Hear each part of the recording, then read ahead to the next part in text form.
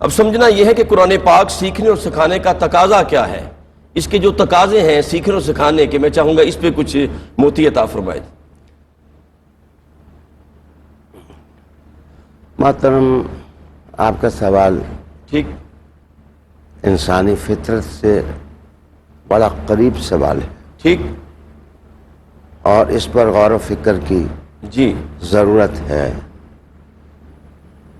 میں بالکل ابتدائی میں یہ عرض کر دوں گا ٹھیک، کہ یہ بات تو ٹھیک ہے کہ قرآن اللہ کی کتاب ہے اللہ اکبر، جو ہمیں رسول کریم علیہ السلام کے واسطے اور وسیلے سے ان کے ذریعے ملا ہے۔ جی اس کا ایک ایک حرف نور ہے اللہ اکبر، اور اس کے کلمات رحمت کا پیغام رکھتے ہیں۔ سبحان اللہ، اس کی دل آویزیوں کو واہ واہ، اور اس کی نیرنگیوں کو اور رعنائیوں کو لفظوں میں سمویا نہیں جا سکتا۔ صحیح، لیکن ایک بات میں عرض کروں گا کہ مجھے کم از کم اللہ اکبر، یہ دعویٰ نہیں ہے جی کہ میں اس قرآن مجید کا استاد ہوں۔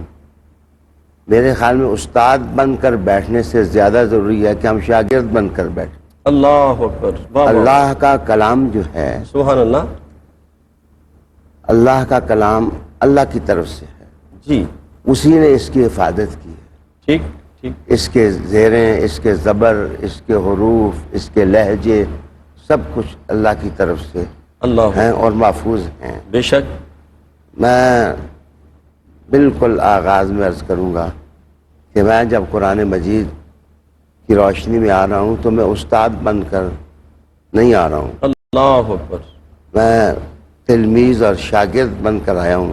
اللہ، مجھے خود بھی اور اپنے ناظرین کو بھی قرآن کے ماحول میں عاجزی کے ساتھ کیا کہنے، لانا ہے واہ واہ واہ، تاکہ ہم طلب لے کر بیٹھیں۔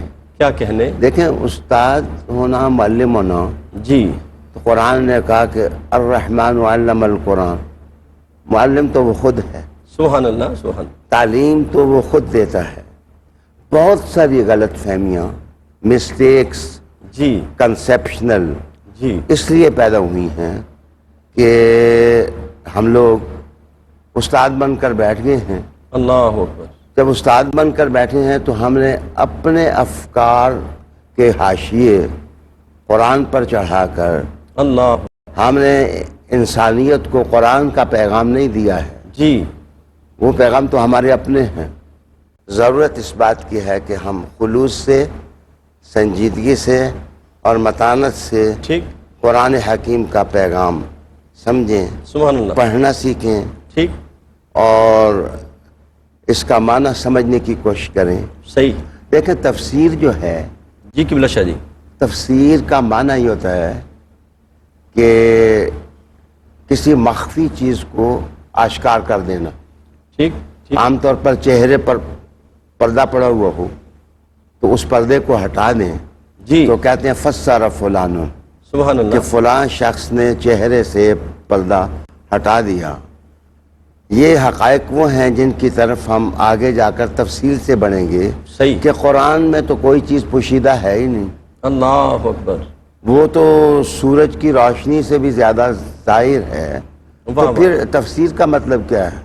ٹھیک ٹھیک، تفسیر کا مطلب ہمیں جاننا ہوگا، یا پھر اس سے معنی اگر چہرے سے پردہ ہٹانا ہے جی تو کیا قرآن مجید کا ایک چہرہ ہے یا 7 چہرے ہیں یا 100 چہرے ہیں؟ اللہ اکبر، میرے خیال میں یہ پیچیدہ باتیں ہیں۔ ٹھیک ٹھیک، ہمیں اللہ تعالیٰ کا جو پیغام ہے اس کو خلوص سے سمجھنے کی کوشش کرنی ہے، اللہ اکبر، اور بھٹکتی انسانیت